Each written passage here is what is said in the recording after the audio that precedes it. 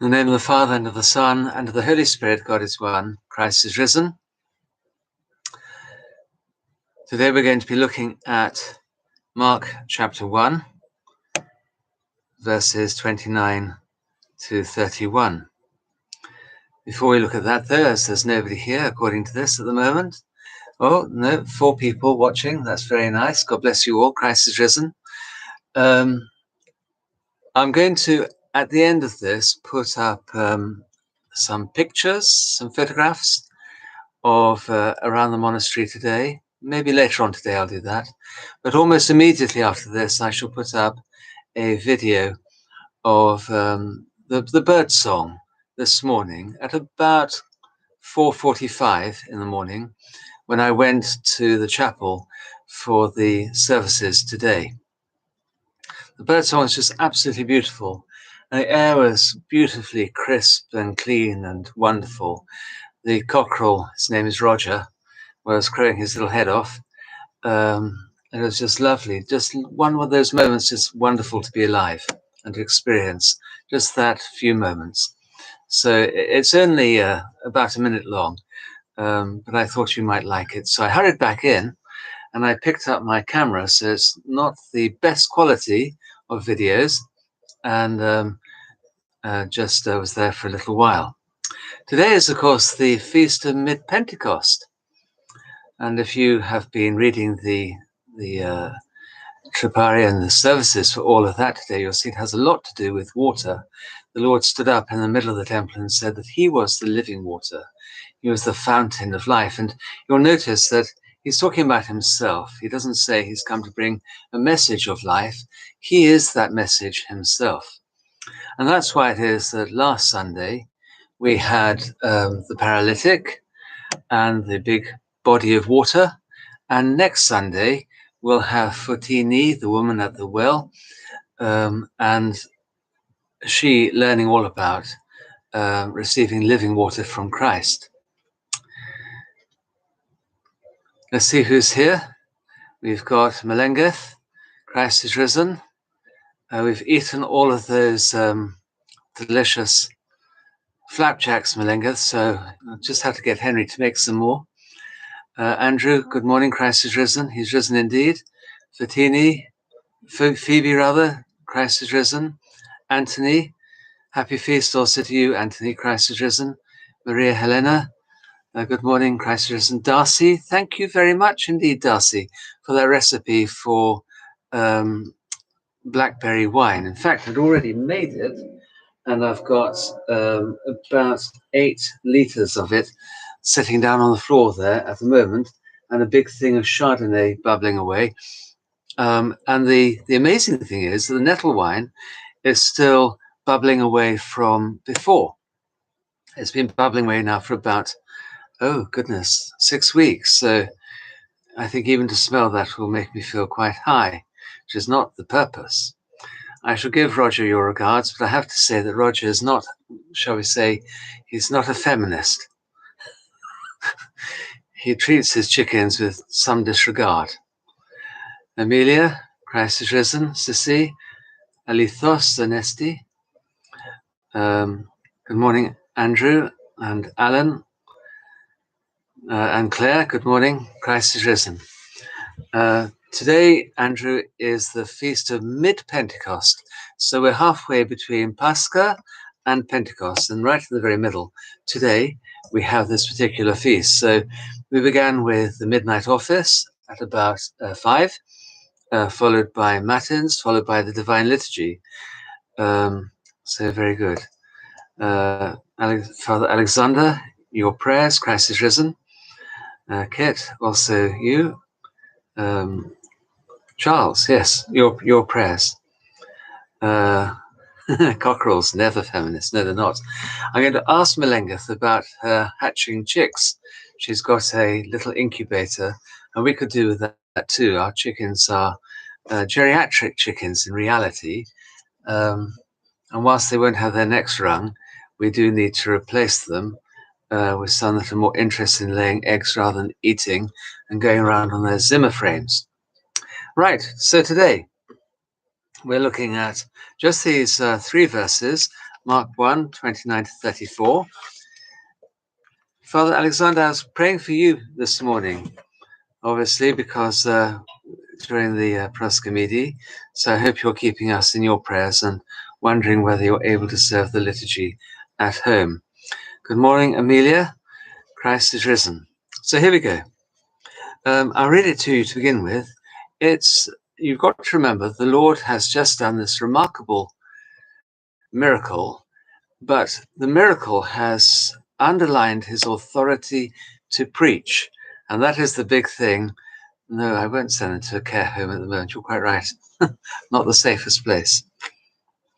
And immediately, I shall say immediately, because I'm feeling all Markan at the moment. Good morning, Patrick. Christ is risen. It says, as soon as they had come out of the synagogue, they entered the house of Simon and Andrew with James and John. So we'll just start with that one to begin with. And Mark begins with his normal bit of glue, his Gorilla Glue or something. That's what I've got here. It's fantastic stuff. Don't glue yourself, though, to things because it does actually stick very effectively. The toughest jobs on planet Earth. And what Mark does, though, is he uses a much weaker glue to glue all of these sections together. And this is a good example of where he does this. And in a moment, you'll find that again. And immediately, we said before, it's one of his favorite ways of gluing two things together. And immediately, they've come out of the synagogue. And it's worthwhile just pausing for a moment and remembering that he's done this miracle on the Sabbath. Now, when he does it on other occasions, he gets into big trouble and people start complaining at him. But here in Capernaum, they are more amazed by his teaching and by the miracle than the fact that it's done on the Sabbath. But it's quite important to notice that it is done on the Sabbath. You know, this is something brand new that the Lord is doing. He's starting something fresh. It's as if he's saying, you know, this is something that, why was the Sabbath made? The Sabbath was made for rest, recreation, and I'm now recreating. And things on the Sabbath need to be perfect. You know, God rested on the Sabbath when everything was perfect. So if it's not perfect, it's not really the Sabbath. And it needs to be perfect. And so he heals the man. And later on, he does the same. Here we go. And he goes into the house of Simon and Andrew, and with the other two, James and John. Just a reminder of the names, what they mean. So Simon, the listener, the one who hears. Andrew, manly, masculine, courageous. We're talking a bit about being courageous yesterday. Here's an example. You listen, you act courageously. You have James, the supplanter, but it also brings us back right the way back to the foundation, really, of Israel. Is Jacob himself and his action and his courage and his the way that he acted in a strong way, supplanter. He supplanted his brother, of course. And then John, the merciful. And there you have in those four names a lot of the gospel. So they come into that place, and worthwhile just pausing for a moment to say again that we notice that as soon as they go in, they start talking about Simon's mother-in-law. So Simon Peter is married. We find this also in 1 Corinthians chapter 9, that Simon Peter is married. It's Paul complaining and saying, well, am I the only one who's not allowed to have a wife? He doesn't have a wife. He probably doesn't want one. He's very single-minded. And it's best, therefore, to be single if you're going to be single-minded. Because once you're married, then, as anybody who's married knows, your life is full of all sorts of problems. If you're single, you have different problems. But it's interesting to notice he's married. And therefore, it is not impossible for a priest or a bishop or a clergyman actually to be married as well. Different churches have got different disciplines about this, as you all know, but in theory anyway, it is not impossible, because if Simon could be married, so can anybody else. And they go into the house, and what do they find? They don't find that everything is going well. They find that Simon Peter's mother-in-law is ill. See who's here? Christabel, Christ is risen. Love, language, tuition. Oh yes, you're quite right. Yes, Mid-Pentecost, that's what we're doing. That's a good name to have from this, isn't it? Very obvious. Elizabeth from Dresden, I know who that is. Your prayers. Maria, 5:30. Having a lion every day. Christ is risen, and so is Maria. So they come into the house, and it says about Simon Peter's mother, actually the Greek is quite strong. She's not just lying there with a bit of a cold. It says, basically, she's lying there flat out. She is very poorly. She's lying flat on the bed. And then it says that the Lord woke her up. And there is deliberately there, in Mark's mind, an allusion to the resurrection. Woke her up, egerin. Same word, Christ is risen from the dead, woke her up. And lifted her up. Again, you've got that same idea of resurrection. But the word used itself is quite interesting. It comes from the word kratos, which means strength. You know, we have it in Pantokrator, the one who is all-powerful. And here, aristocracy, of course, as well. Aristokratos, people who rule. And the Lord's rule lifts her up. She's as good as dead, she's lifted up. Not an incidental word at all, but a very important one. It says about her that she's so ill that she's, as it were, on fire. It talks about her being on fire. She's lying sick, on fire. And the Lord then does this to her. But why does he do it? He does it because the apostles speak to him about her. This is the first time, really, we've heard of people speaking to the Lord. And what do? They're talking about Peter's mother-in-law. This is a good example. In fact, it's the first example of the apostles praying to Christ. Because when you talk to God, you are praying. When you're talking to Christ, you're praying. When you see people talking in the Gospels to Christ, whether they're demons or human beings, they are praying. So the previous prayer we heard was the demon asking the Lord to leave them alone. Now what it is we're asking this, the apostles are making intercession to the Lord, who is God, for their sick mother-in-law. Do they make a big hoo-ha about this? No, the word is very simple. It's not an unusual. They don't say they lay down, they begged him. It doesn't say they pleaded with him. Nothing at all. Legustin. They spoke to him. They talked to him about the mother-in-law. They said, you know, she's sick there. She's ill. And he goes in there. She's on fire, it says. And he acts with power. Woke her up. The fire left her. Actually, it says in Greek, the fire was sent away.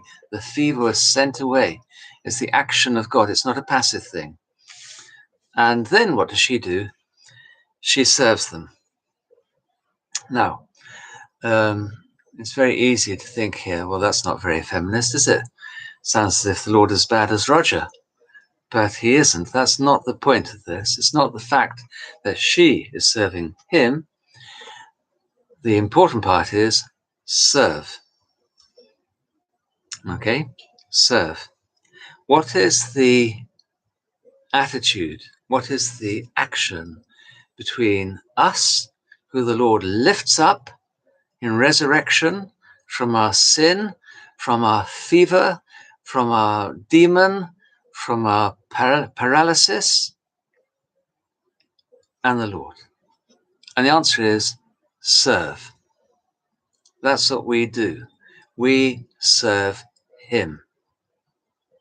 It doesn't say minister to him. It says we serve him. They're not doing liturgia at the moment. It is diakonos. We are being deacons, and she is being a deacon towards the Lord. That's what it says. Now, people often ask to be healed. We've had lots of people asking to be healed. I had somebody ask to be healed a while ago. This person is now healed. This person only really needed to get on and die. Now there's a problem. This person is fine. He's going to live a normal life. But having been raised up from the bed of sickness, what now needs to happen? This person needs to find a way of serving the Lord, because that's what you do when you're healed. That's what you do when you're forgiven. That's what you do when you receive resurrection. You can't just say, oh, well, that's nice, go back to my old life. This lady, we don't know her name, unfortunately, does not go back to her old life. In fact, it's quite different. It's quite clear that the Lord set up home in that house. She had to put up with the idea of having her roof torn off. I can imagine that conversation. All that dust?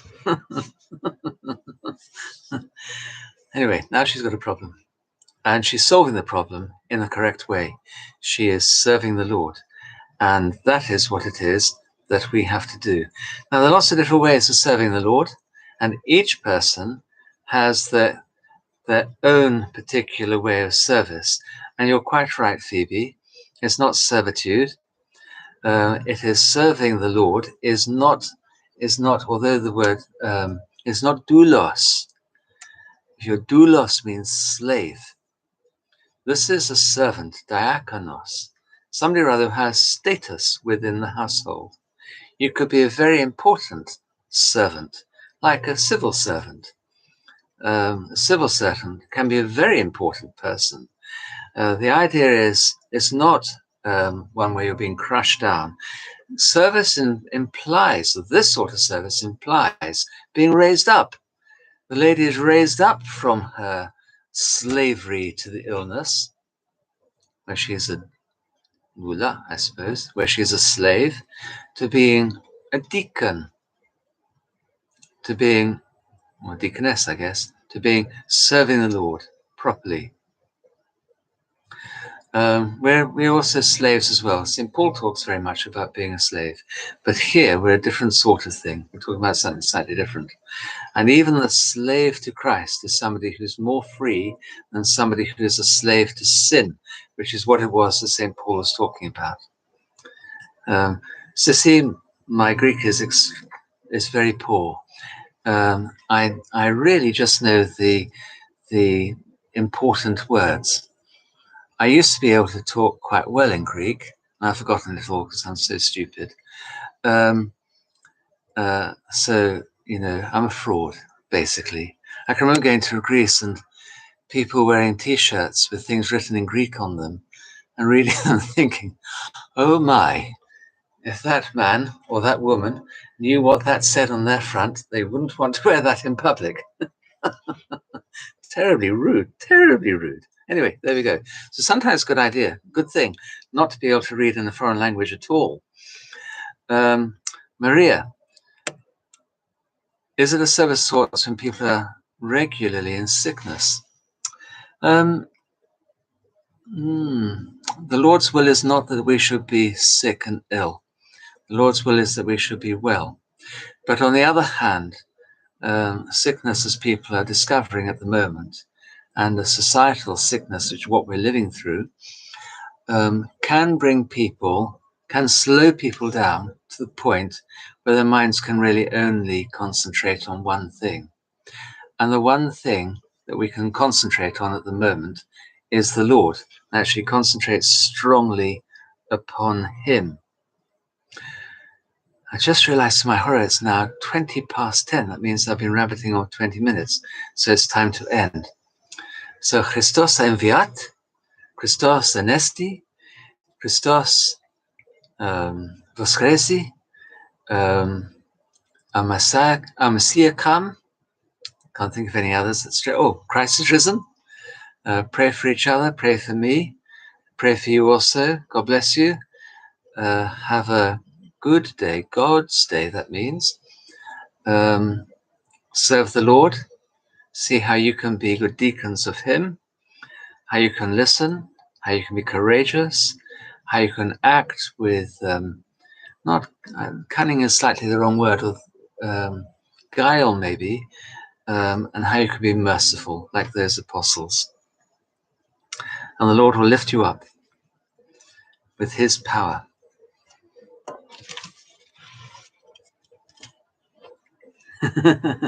A Protestant would just be getting warmed up at 20 minutes. Yeah, well, they were quite right.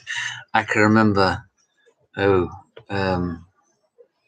getting on for 45 years ago or so, going to a Protestant service where the service was negligible, but the preacher preached for 2 hours on one verse of Song of Solomon. Wow. Petrula, God bless you. Your prayers. God willing, tomorrow we shall carry on and we'll see what the reaction of the town was. Your prayers. Bye-bye.